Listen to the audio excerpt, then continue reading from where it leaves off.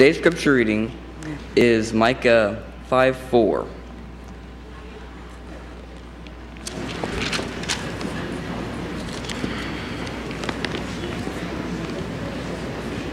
And he shall stand and feed his flock in the strength of the Lord, in the majesty of the name of the Lord. And they shall abide for now, and he shall be great to the ends of the earth.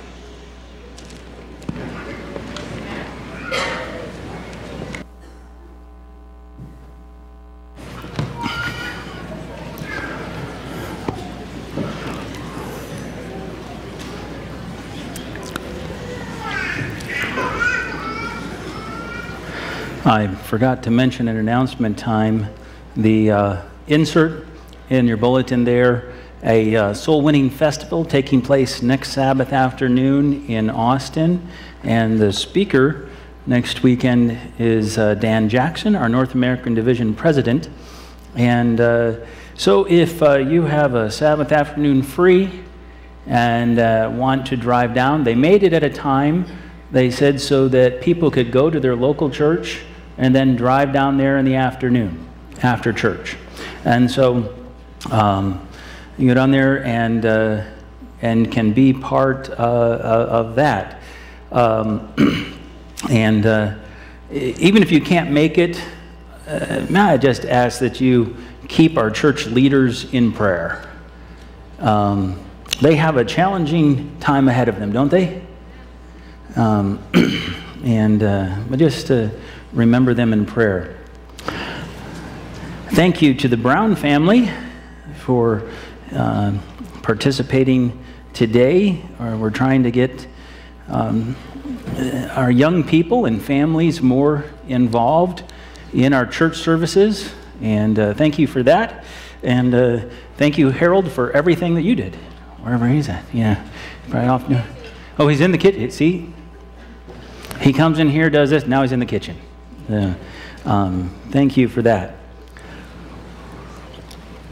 Well, today's sermon is not really a sermon. It's going to be more of a testimony, or how you want to say, how God has been in my life and why I am like I am. And remember I said last week I would share this week some things about how I got to where I'm at.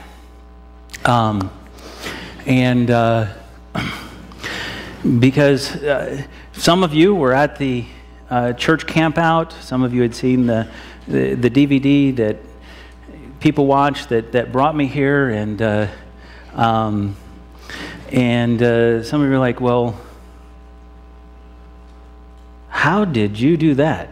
You know, where did that come from? Is that normal seminary training?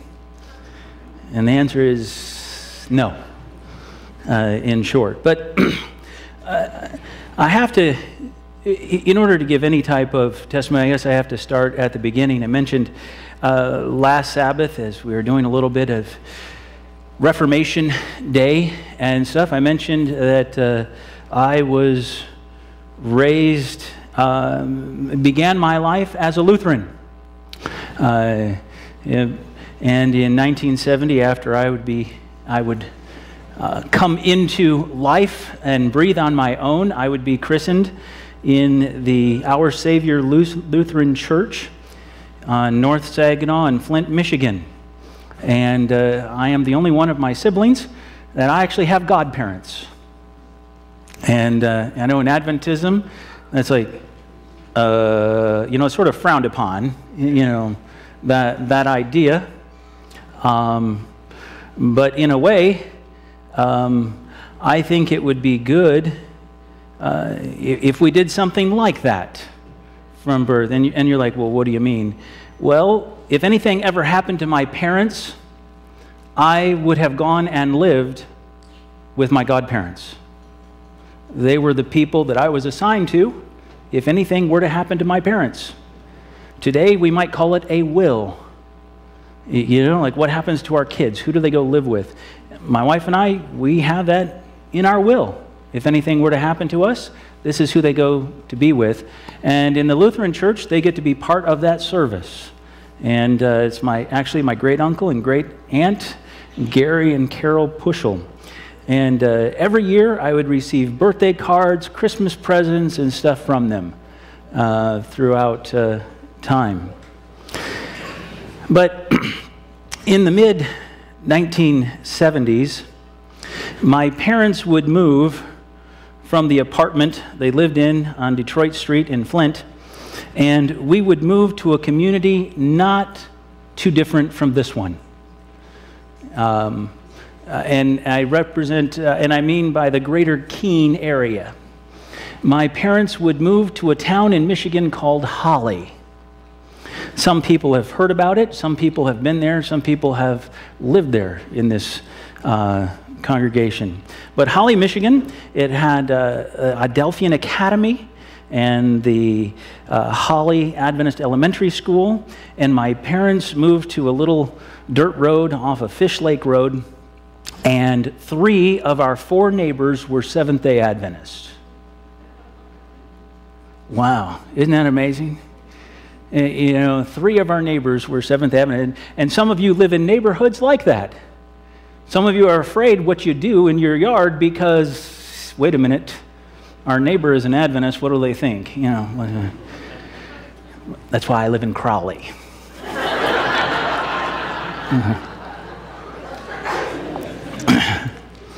But they would move there. But church was very important to my parents, and they were very faithful in the Lutheran church. My great uncle and his wife still very faithful in the Lutheran church there in Flint.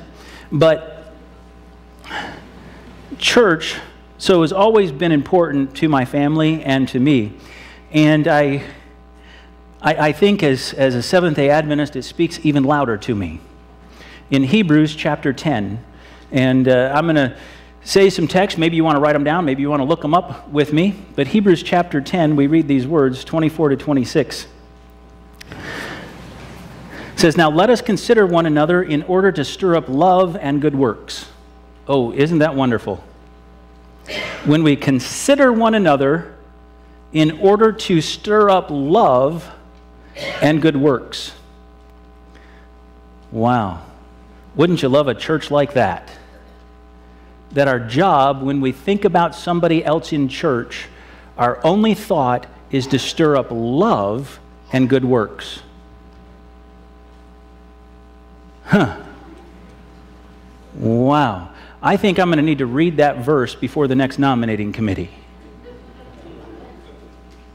Or the next board. If we are not stirring up love and good works towards our fellow church members, our fellow believers, then we're stirring up the wrong spirit. But it goes on, it says, "Not forsaking the assembling of ourselves together, as is the manner of some, but exhorting one another, so much the more as you see the day approaching." Do you get that? And it says, "Not forsaking the assembling of ourselves together." And why I read this is because church, ever since I was born, was important to my parents. In fact, I could probably count on one hand the number of times we missed church.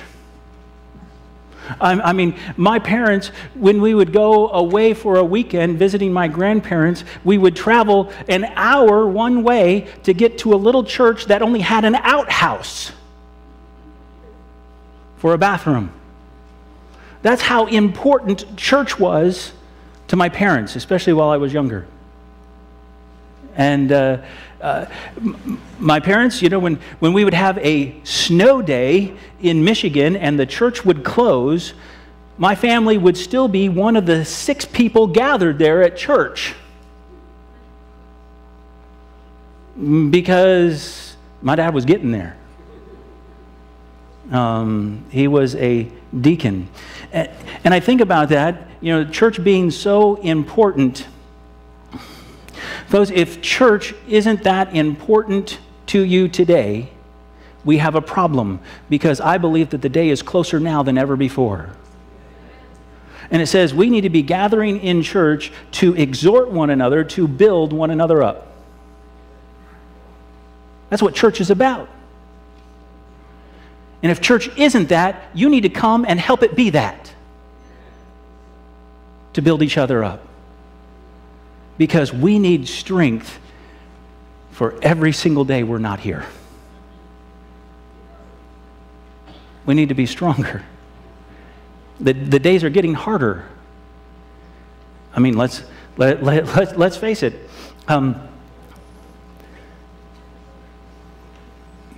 When Adventists used to shun the movie theater, now they flock to it. Especially now that there's an R-rated movie called Hacksaw Ridge. I can't tell you the number of colleagues and others that I have on Facebook as my friends that are saying, you need to go see it. I'm like, wow. I know who Desmond Doss was. I read the story. I know how bad World War II was. Wow.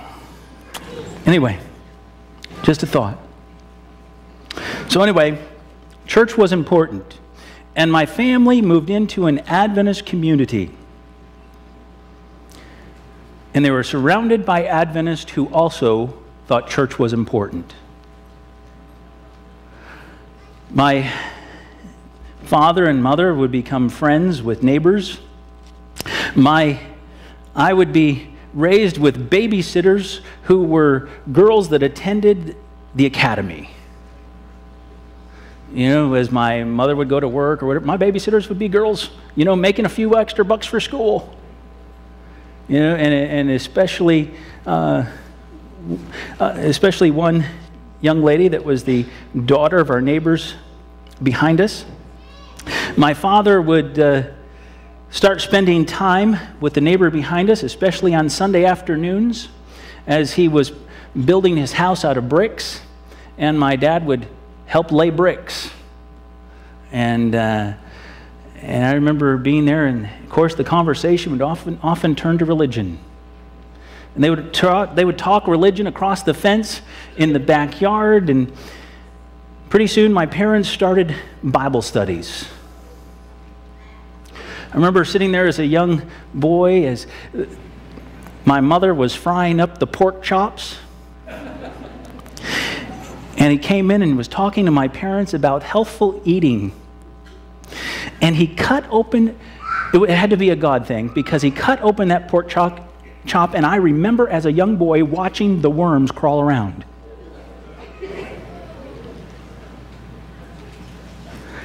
Needless to say, I haven't eaten a pork chop since.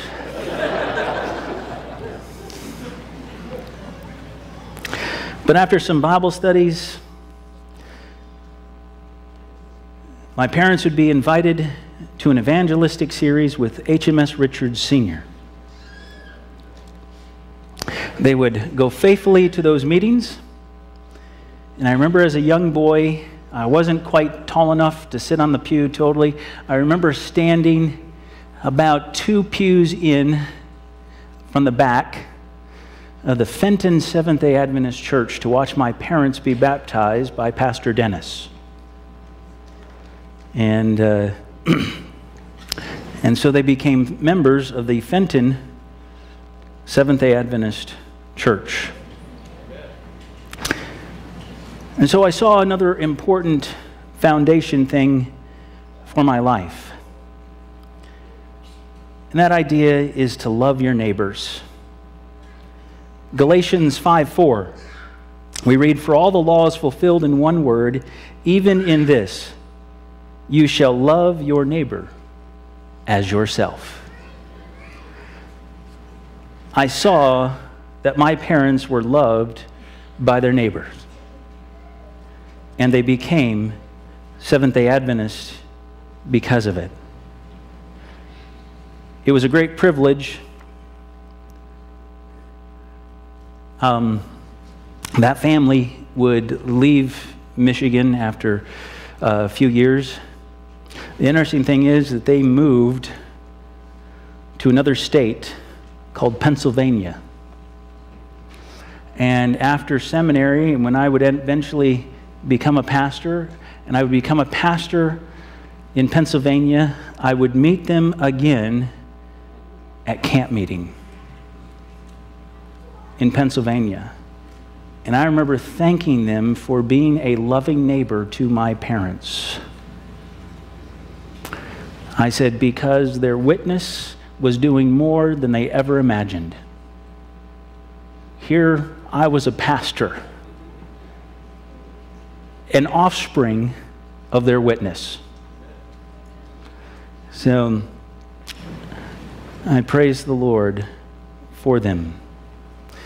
Well, after my parents became Adventist, they saw the need for me to be raised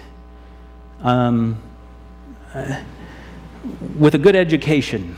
So they sent me to Adventist elementary schools. My parents would move around quite a bit, and so I would spend a couple years here, a year there, a couple years there, but I would go to Holly Seventh-day Adventist Elementary School. I would go to Mayo Seventh-day Adventist School, First Flint Seventh-day Adventist School, and finally, in 8th grade, the Hamilton Ham-Mid Seventh-day Adventist School. But while I was in Flint, I would have the opportunity to preach my first sermon as a pathfinder. Now, kids, I want to let you know something. This is why, as your pastor, I would like to encourage you, and I would like to see you, I don't care your age, being up here on this platform. Amen. Reading scripture, calling for offering, even preaching sermons. Now, did I preach the entire sermon? Nope.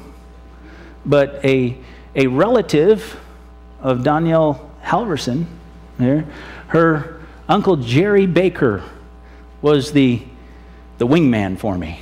You know what I call it. I preached the first half of the sermon, he preached the second half. But I was a first-year pathfinder. And I am so glad that I had a supportive church who was willing to let young people be involved. And so education would be important. My family would move to Ohio, as I mentioned, between my 7th and 8th grade year. And I would end up going to Mount Vernon Academy, our former oldest academy that unfortunately, some people want to say closed, but education would be important to me, being raised that way. In Deuteronomy 6:6-8, Moses tells the children of Israel, "And these words which I command you today shall be in your heart. You shall teach them diligently to your children. You shall talk about them when you sit in your house, when you walk by the way, when you lie down, and when you rise up. You shall bind them as a sign on your hand, and they shall be as frontlets between your eyes."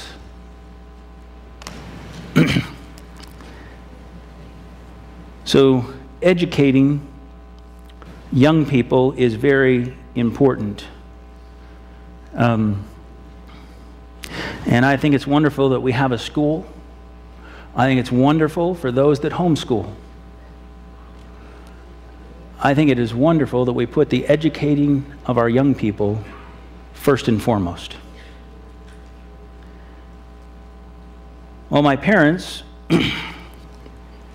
some people are like, well, why were your parents moving around so much? Well, I don't know. Part of it was they just, I think, every couple of years needed a new place. But part of the moving was that my father worked for General Motors. And my aunts and uncles worked for General Motors. My great-uncle worked for General Motors. My grandparents worked for General Motors. My great-grandfather worked for General Motors. And we lived in Flint, Michigan, 3 blocks away from the General Motors Institute, Engineering Institute. And they were positive that's where I was going to go to school. But through the course of time, Flint, Michigan, which was nicknamed at one time Buick City, had 26 various General Motors automobile plants. 26. If you didn't work for General Motors, you probably worked at a fast food place that fed the workers from General Motors.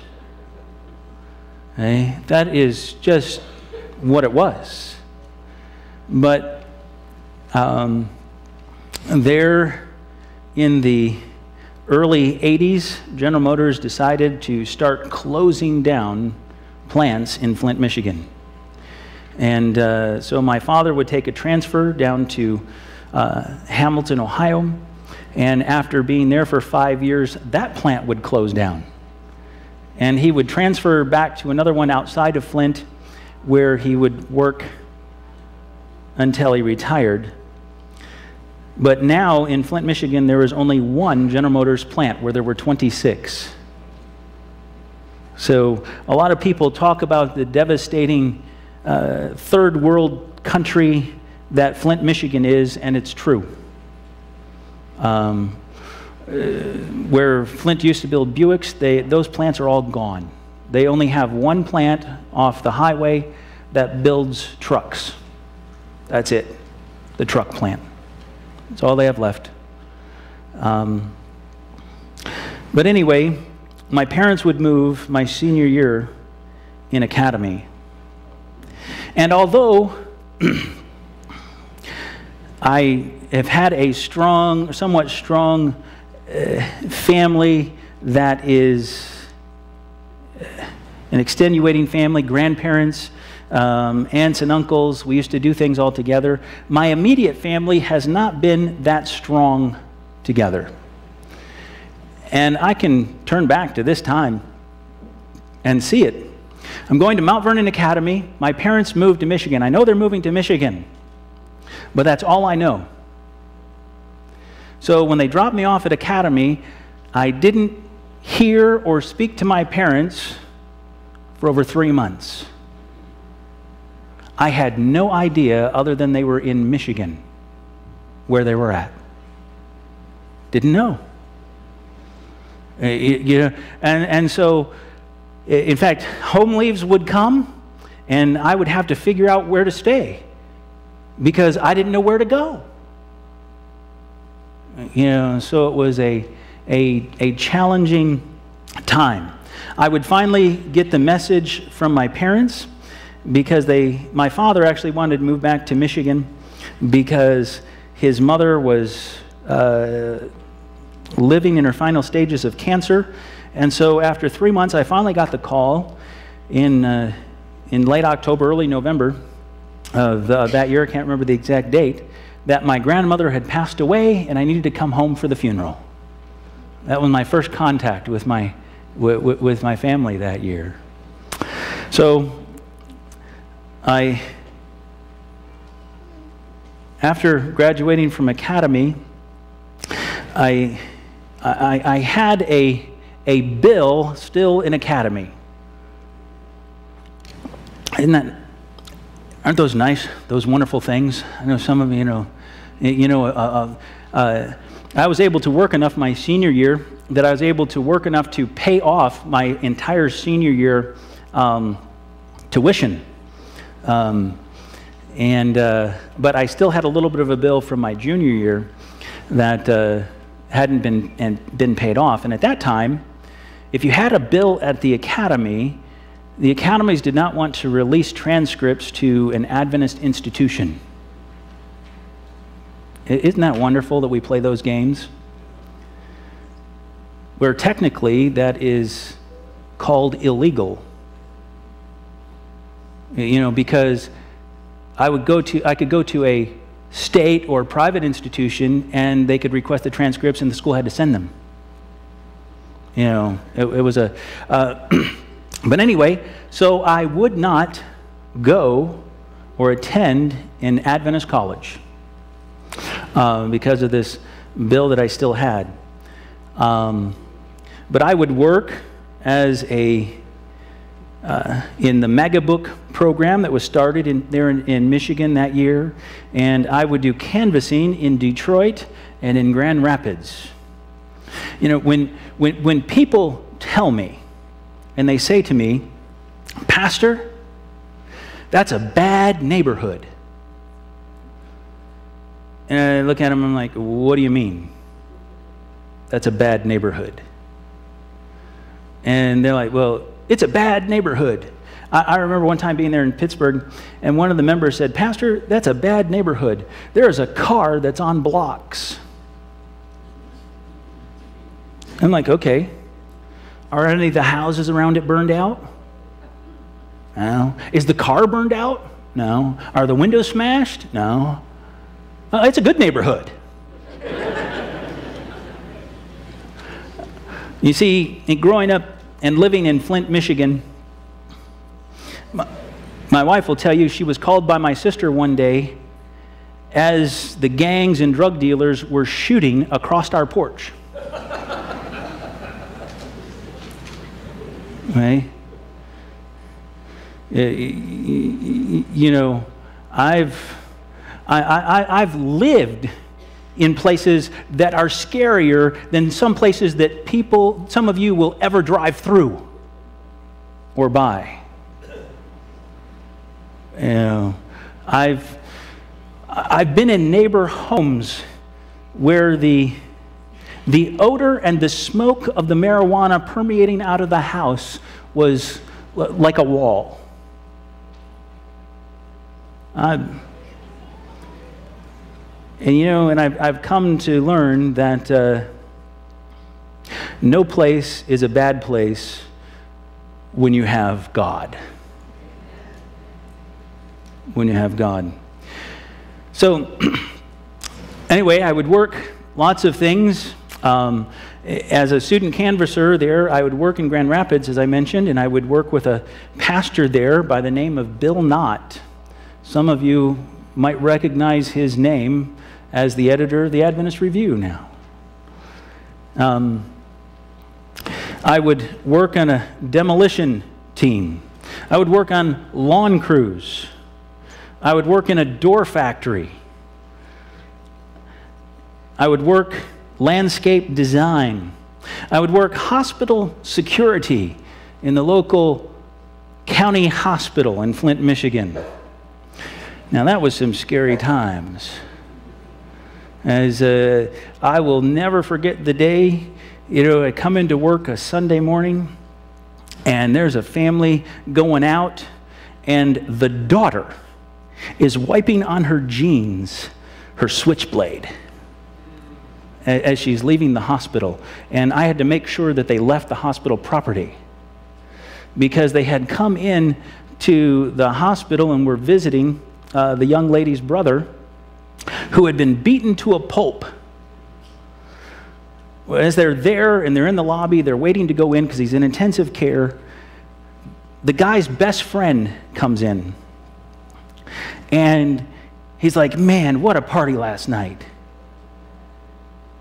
He said, they were so out of it with alcohol and drugs that he said, when that fight broke out, man, I just grabbed that, you know, one of those poles that were the steel poles from the old cars that you would hook onto the bumper and jack up. He had taken one of those and just started swinging and beating people with it. And he ended up beating his best friend. He was so out of it.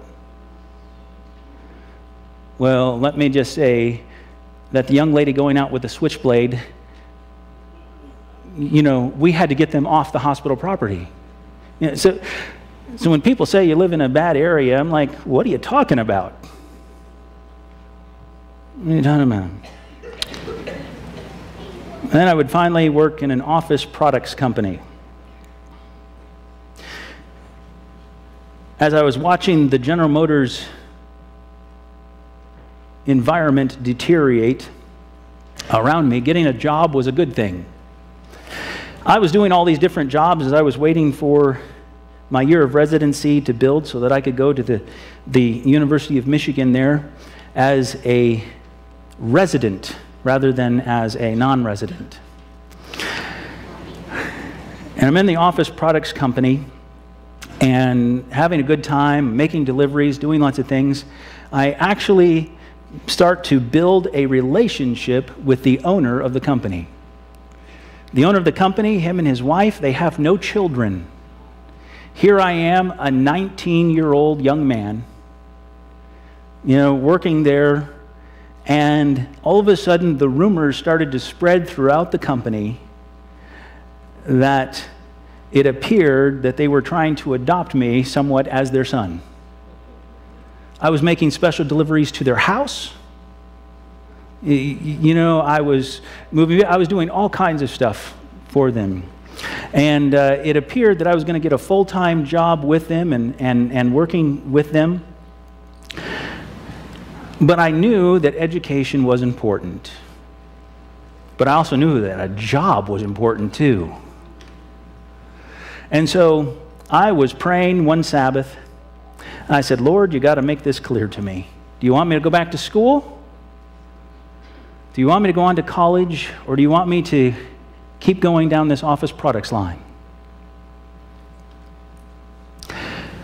Sunday morning came, and I had prayed to God that if they called me on Monday morning for a full-time job, I was taking it. The only thing that would prevent me from doing it would be as if I couldn't work.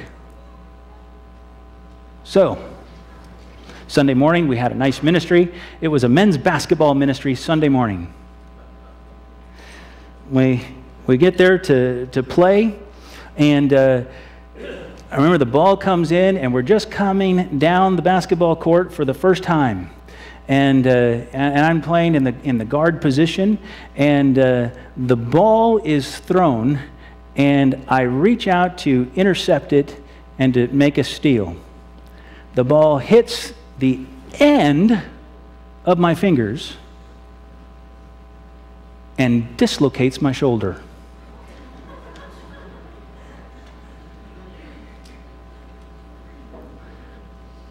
I was immediately in pain, but I was immediately in joy.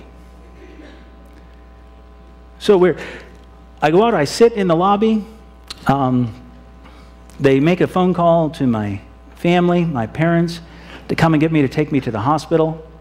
And I sit down in the hallway, and the man that's in charge of the ministry, he comes, he goes, oh, he said, Dennis, are you okay? I'm like, I'm fine. He's like, my arm is throbbing, and he's like, wow, it looks so painful. I'm like, yep, but I got my answer. And he's like, what? Your answer? I said, yep. I said, I got my answer. I said, I'm going back to school. And I said, I can't work tomorrow. I can't drive. I can't do it because I'm going to be on pain pills. I said, there's no way I can work. Sure enough, I get home. I'm, on like that Tylenol 3 stuff or whatever. And funny thing is, Monday morning, the office products place calls and offers me a full-time job. But I couldn't work for a minimum of 3 weeks because of the dislocated shoulder. So I knew God wanted me back in school. So I went to sign up at the University of Michigan. I signed up to be a communications major. Isn't that wonderful? Communications major. But I found myself being drawn to theater classes. When I was in academy, I took 2 years of drama and part of the drama club there. And it's where I started doing a couple of the monologues. In fact, the one monologue that you saw Saturday night was one that I started there in academy. And so there I am at the University of Michigan, finding myself in theater classes. The first class was the art of play in acting. Yeah, it was a fun class, great class. We would do all kinds of things. We would do improv, standing face to face, as close as we could get. And you couldn't smile, but your job was to get the other person to smile. And see if you could break. We just had a great time in the class. So I found myself saying, okay, I like this theater class. When are the next classes? So I looked at the schedule and, women in drama. And I'm like, hey, I need an elective class. I'll go take it. Sure enough, myself and one other guy were the only ones in class.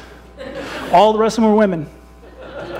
And we read plays about women, and women's issues and things, but I loved it even more. So I signed up for another class, drama as performance. The other guy and I happened to join that class together. And so there were two of us guys again. There were a couple other guys, but mostly these classes were ladies, and other young ladies. But part of this class, our professor there, and I need to tell you her name, Carolyn Gillespie. Now, why I need to tell you her name is because I found this very interesting. Carolyn Gillespie came to the University of Michigan there after spending 12 years at the University of Texas in Dallas. Isn't that amazing? And I didn't realize that until checking out some of her bio for this sermon. But anyway, I would be in her class, and for our final grade, our final test was to perform a scene from one of the plays that we had studied from the semester. We had to get in groups, no smaller, of course, than 2, and no greater than 6. And I'll be honest with you, I am not that forward of a person usually in most crowded areas. If I am, it's a God thing. Right?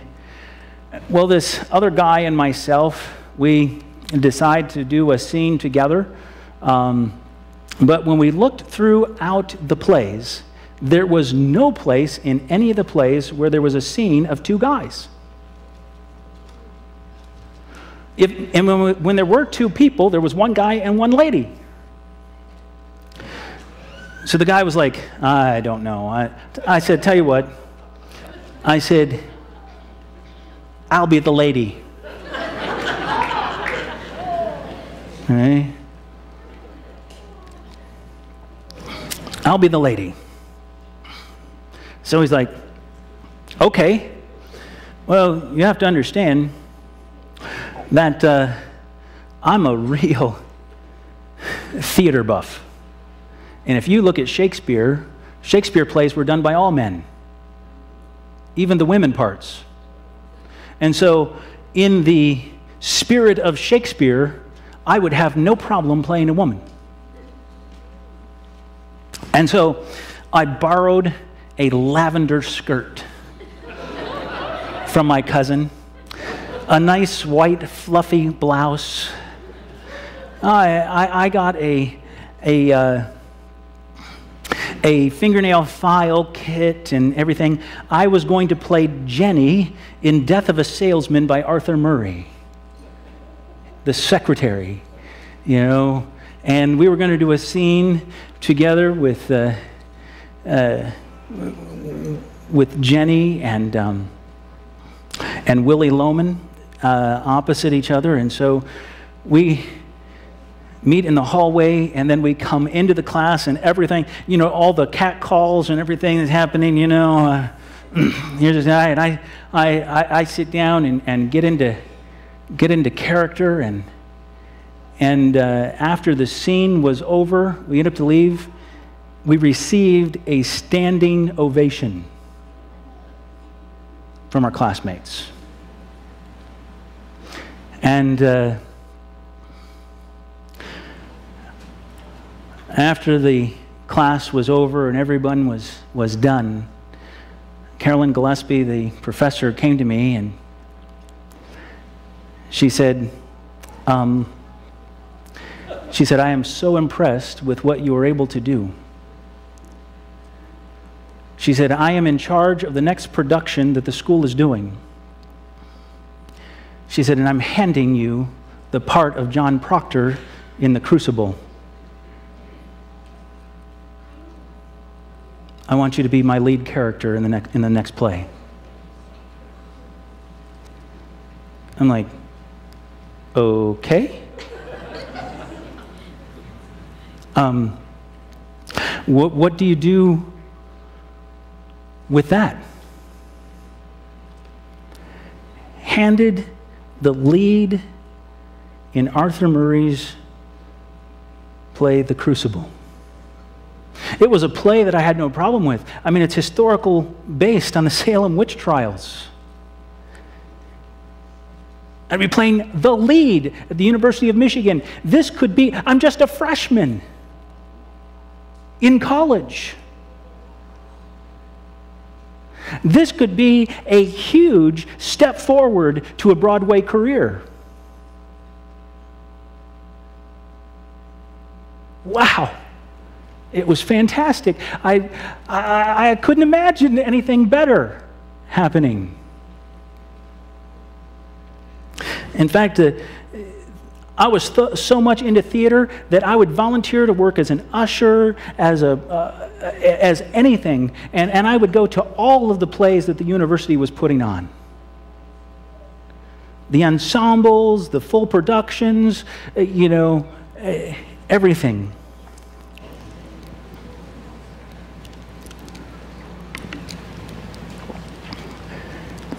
Well, after she asked me to do that, I called a friend and said, "Can we meet up after class tonight? I need to talk." So we meet at midnight. What a college student's life. Meeting at midnight at a Coney Island. And we're sitting there, and she said, "What do you want to talk about?" And I said, "Well, Professor Gillespie offered me the lead role. John Proctor. What do you think I should do?" She just looked at me. She knew how important church was to me. And she said, "Why are you even asking?" She said, "You know what you need to do."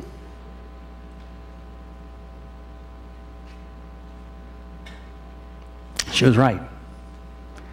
You see, university, their plays are Friday night, Saturday night, Sunday matinee. In no way would I be able to act in the play and not compromise the Sabbath. If it was Friday night, the play would go into the Sabbath hours. If it was Saturday evening, I would have to be there and before the Sabbath had set. So the next day, I walked into Professor Gillespie's office and I said, "Can I talk to you about the play?" She said, "Okay." I said, "I am deeply honored that you would ask me to be the lead." I said, "But I have to turn you down." She's like, "Why?"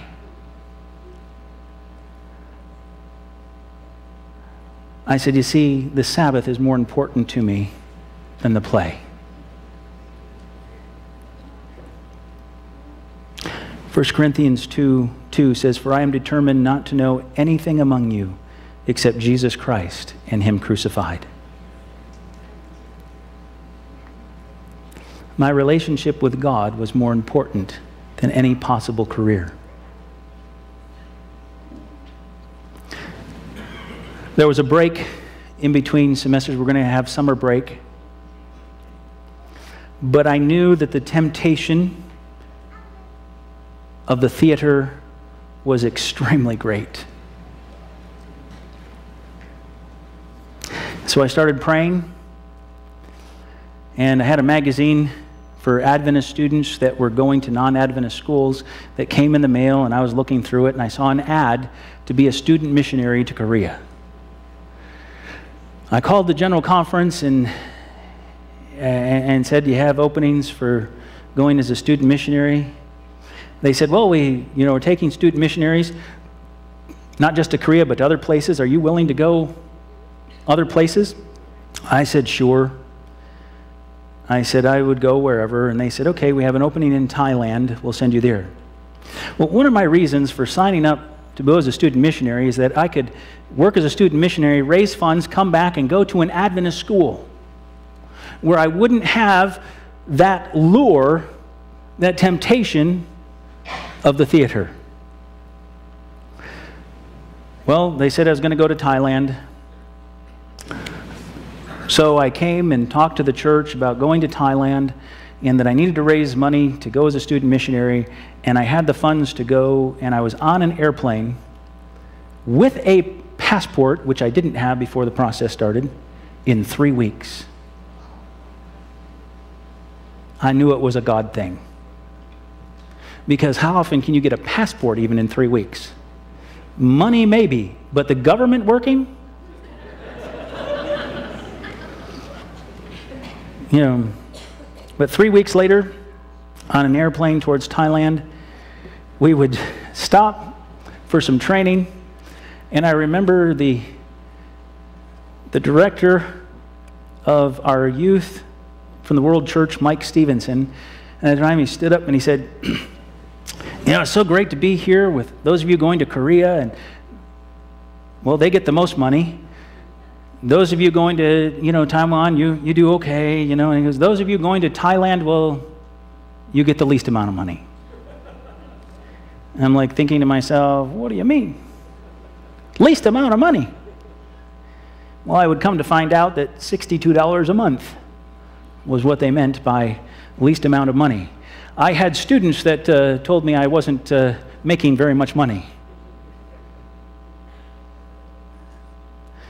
But that year in Thailand, working with Buddhists, I would be teaching Bible classes, and we decided to put a question box out. And so that the students could ask whatever questions about the Bible they wanted. And in Bible class, we would answer them. And throughout the entire year for that box of questions, I received one question in the entire year. And that question was, who is Jesus? Who is Jesus? I learned as a young man that Jesus needed to be the most important focus of my ministry. I would learn to hang on to the words of Jesus when he would talk to Nicodemus, and he would say, if I be lifted up from the earth, will draw all people to myself. Who is Jesus? And you know, I've come to find out that sometimes, even in the Adventist church, people stop understanding and realizing who Jesus is. We can recite Bible texts about the Sabbath. We can recite texts about, you know, different beliefs. But Jesus? Well, let's face it, that's what 1888 was all about, wasn't it? Who is Jesus? What he's done? What he's doing? But who is Jesus? It would be a challenge to leave Thailand. Yes, I love Thailand, but it would be a challenge to come back from Thailand because, as I mentioned in previous sermons, I would get a letter in Thailand with my mother having a different address. And my parents had divorced while I was in Thailand. I did not want to return, but I would return to the U.S. And as I mentioned before, I would come back after being gone for a year. And you know, remember I said that I didn't receive any messages from my family for 3 months till my grandmother died? Well, I come back after being gone for an entire year, and I get back at the airport in Detroit, and no one is there to pick me up. No one. You see, for my wife and I, our immediate family, we are not that close to. That's why church is so important to us, I think, because church and the people at church become our family. And I'll be honest with you, that's one of the reasons why it was hard leaving Pittsburgh after 13 years. Because we had 13 years of a stable family environment. It might have been dysfunctional at times, but it was our family.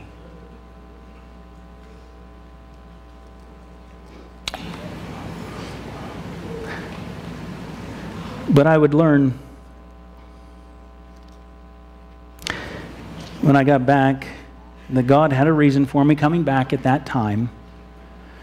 Because as I came back, I found out that one of the icons of the Flint church school had had some medical challenges and struggles and needed to retire.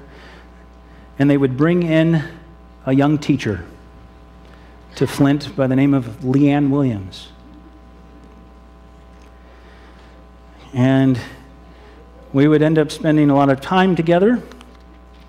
And after several months dating, and after a few more years marrying, God brought me back at the right time. I couldn't go back to the University of Michigan. I just knew that the challenges would be too great.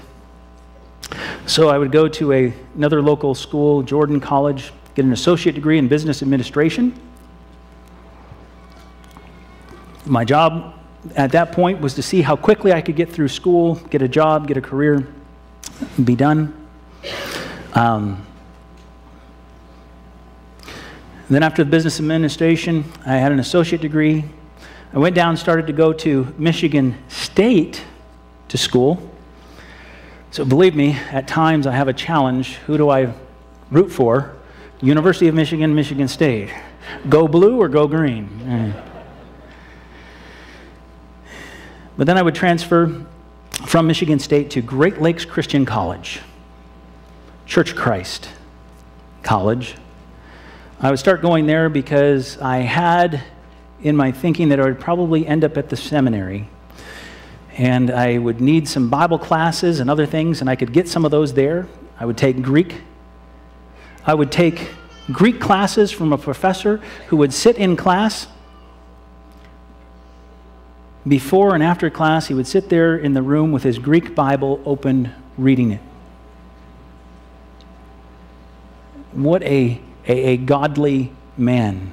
I would have godly classmates. I had classmates that I graduated with that would go cold turkey and plant a church in Poland. That after just 5 years, he had 400 members in a church in Poland. The missionary spirit was fantastic. Our graduation from Great Lakes Christian College was better, and I'm going to say this with no regret, it was better than my seminary graduation. And my seminary graduation speaker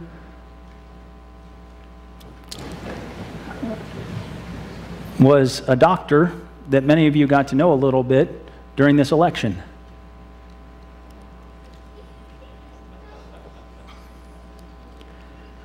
That turned from being a doctor to a politician. Dr. Ben Carson. But when I graduated from Great Lakes Christian College there, they brought in a pastor who'd been pastoring for 30 years in Indianapolis. And he would speak to us the entire weekend about being disciples of Jesus. I remember the Friday night we had gathered together. No family would come to my graduation. The only person that came to my graduation was Leanne. We're there at the graduation. They wouldn't come because it wasn't Adventist. No one would come. But I'm sitting there Friday night, and they call us students down that are graduating. They put us in the middle of the auditorium. All the family members that are there, all the faculty members there, they get around in a giant circle, and they pray over us graduates. And you've heard that song, "Oh, be careful, little hands, what you do. Oh, be careful, little eyes, what you see. Oh, be careful. They sing that song. And different faculty members and teachers take one aspect of that song and pray over us students. I was like, wow. I mean, I felt the Spirit of God in that room that night. And the next day, it was more about being disciples of Jesus. And then graduation, more of that theme, being disciples of Jesus. The college gave each one of us a big, giant, thick book all about Jesus. That was it. I came to really learn when I went there to school there the words of Jesus, "And other sheep I have which are not of this fold. Them also I must bring, and they will hear my voice, and they will be one flock and one shepherd." Wow. I would go on to, much to the challenge and chagrin of my wife, I would end up at the seminary. She complains that by then I had her hooked. See, my wife has grown up an Adventist, grown up in the church, generations of church workers, and she didn't want to marry someone who was going to work for the church. But there was still hope for me that I would go and be a hospital chaplain or something, and so I went on to the seminary. I went on to the seminary unsponsored. I had met with ministerial directors that I'd known for a long time, and I asked different conferences to sponsor me, and none of them would. In fact, I even had one ministerial director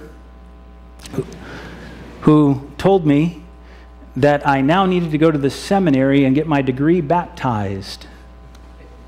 Those were his actual words. That I needed to go and get my degree baptized because I didn't go to an Adventist school. And I was like, okay. So off to seminary I go, unsponsored. I start to live with people, do some odd jobs, work, trying to make it as cheaply as possible. Near the end of seminary, well, about a year from ending my seminary, the summer, I would spend a year with Russell Burrell doing evangelism in Reading, Pennsylvania. I'll let you know, Marty, I told Russell that I didn't like him very much.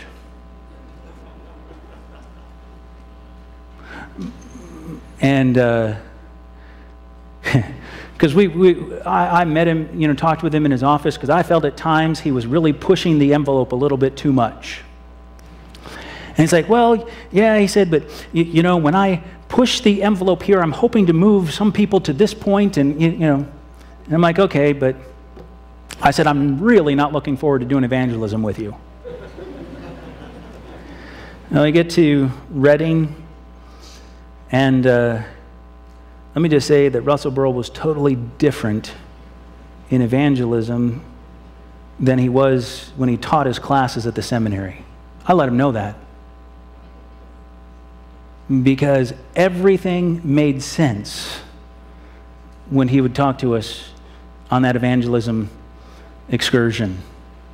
What he was doing, how he was doing it, what he was doing, it made sense. It all went together. I remember after the evangelistic outing was over, we came back to the seminary, and he was meeting with all of us, going over what happened with the evangelism and our final grades and everything. And he asked me, he said, so what conference are you going to when you're done here? And I said, well, I'm not going to anywhere. I said, it looks like I'm probably headed towards hospital chaplaincy. He's like, what? I said, I'm not sponsored. And he's like, well, we've got to, try to fix that. And he did. He called several places. But Nothing would happen. Nothing would come of it. I was finishing my seminary program in March. My wife, now, Leanne and I had gotten married the summer before. She was teaching in Kalamazoo, Michigan. And in Kalamazoo, Michigan, there was a hospital there that had a hospital chaplaincy program. And I had spent the last year, every Friday, in the hospital chaplaincy program at Mishawaka, Indiana. And so I was looking at starting at Borges Hospital and doing the chaplaincy program. My wife was going to be signing her teaching contract to keep teaching in Kalamazoo, and we agreed that if she signed that contract, we were going to honor it no matter what. The night before my wife is to sign the contract, the night before, I get a phone call from a gentleman named Mike Colley. I had never met him. I didn't know who he was. But he says, I'm the president of the Pennsylvania Conference. I'm like, okay. He said, I'd like to hire you here for Pennsylvania. I'm like, are you serious? You're going to hire me? I said, I don't know who you are. He said, yep, we'd like to hire you. He said, we don't know where we're going to put you yet, but we'd like to hire you. We have a couple of districts open in western Pennsylvania. So, sure enough, that night we would agree to go work in Pennsylvania the night before my wife would sign her teacher contract. I would go to Pennsylvania. I would try the monologues in the East Suburban Church. I did it once. The one you saw Sabbath morning. And all throughout the service, a lady would sit in the back, fingers in ears, la la la la la la la la la la la la la, and yell out, "This is drama!" Yeah. So, I remember leaving, and the lady said, "So, you going to do that every week?" I'm like, no, you don't know how much energy it takes, what it takes out of me. Getting ready for it, the emotions that come out, it is just draining. In fact, my wife will tell you, I was drained after that camping weekend for at least 3 days.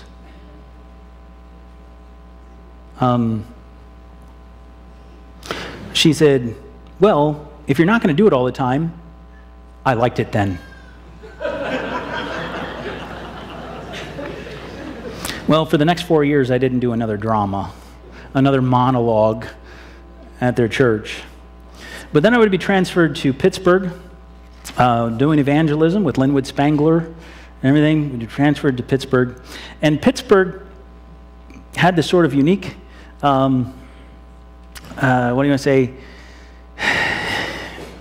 challenge to it. Pittsburgh is a very progressive city.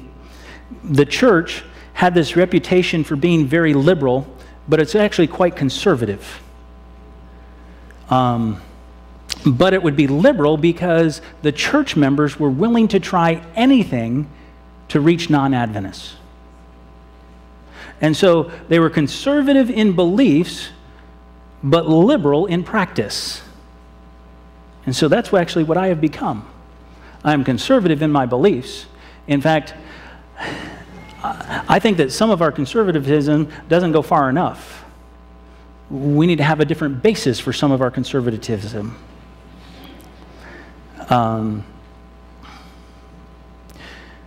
anyway, I would start annually doing monologues in Pittsburgh. We would start out with a Christmas program, and I would end up doing a monologue of a person around the Christmas story or different things. And then I got with the church. They liked that. I said, well, what if we do it at Easter? Ooh, isn't that an evil word? I'm like, people go to church 2 times a year, Easter and Christmas. I said, why don't we do something to try to get people to church, to the Adventist church on Easter? so that we're the church they go to once or twice a year. They're like, okay, let's do it. So I started doing monologues around Easter time. Originally started out doing a full week of monologues. And then it broke down to where I just did a weekend, until finally we found out that all we needed to do was Sunday morning. I would do a monologue about a character around the cross, about that last week of Jesus' life and the crucifixion, the resurrection, and then after I would do that presentation, we would have a brunch. We ended up having people who would come to our church on Easter that didn't go to church any other day of the year.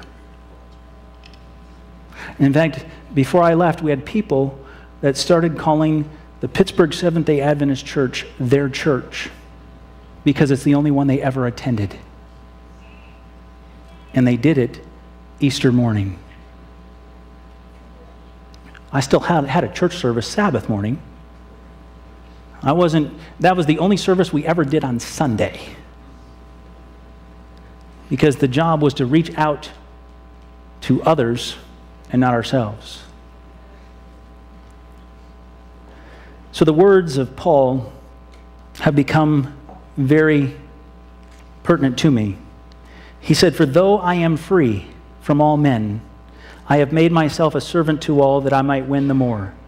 And to the Jews I became as a Jew, that I might win Jews. To those who are under the law, as under the law, that I might win those who are under the law. To those who are without law, as without law, not being without law towards God, but under law toward Christ, that I might win those who are without the law. To the weak I became as weak, that I might win the weak. I have become all things to all men, that I might by all means save some. Now this I do for the gospel's sake, that I may be partaker of it with you." So I would try to do all kinds of things, because I believe my job, as it was with Jesus, when he said, "For the Son of Man is to come and to seek and to save that which was lost." My job isn't primarily for you sitting here this morning or this afternoon. My job is for the lost, to seek and to save the lost. That's why I do odd, different things. That's why I dress up like Gru. That's why I'll preach Dr. Seuss sermons. That's why I'll preach sermons on the pirate code. That's why I preach sermon series like No Fear. But I'll also preach sermon series on the 7 trumpets. I'll also preach sermon series on being chosen. I'll also preach sermons on the 3 angels' messages.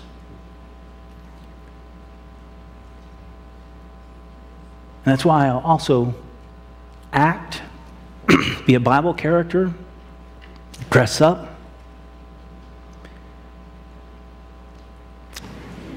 Because I know there is somebody out there that needs to hear about Jesus in a different way than we've always been doing it.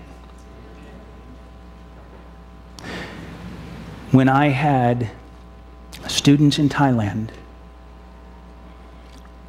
with one question, "Who is Jesus?"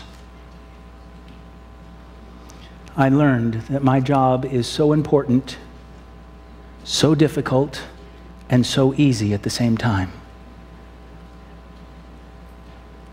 That's why I do what I do. It's why some people think I'm crazy sometimes.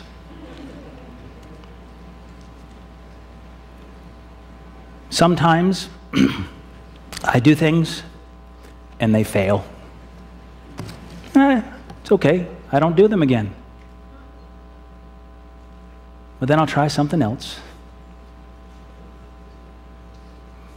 because I truly want to see people in the kingdom of God. And just like 25 years ago, I do monologues because for some reason God has given me the theater bug.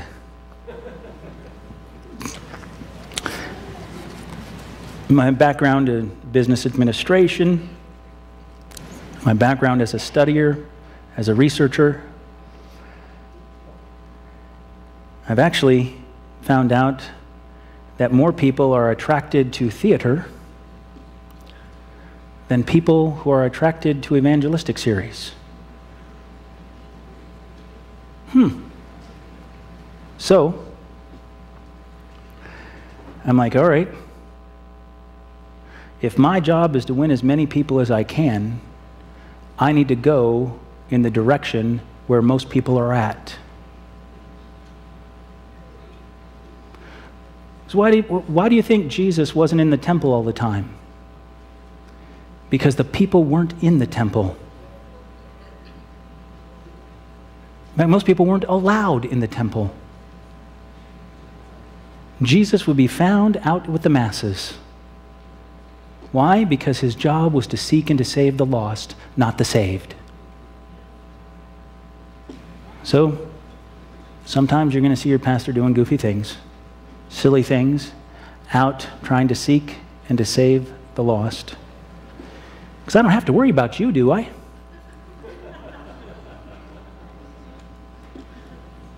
You're here. You know Jesus, don't you? We need to find people who don't know Jesus. So, let's stand and sing our closing hymn today. Hymn number 554, "Oh, Let Me Walk with Thee."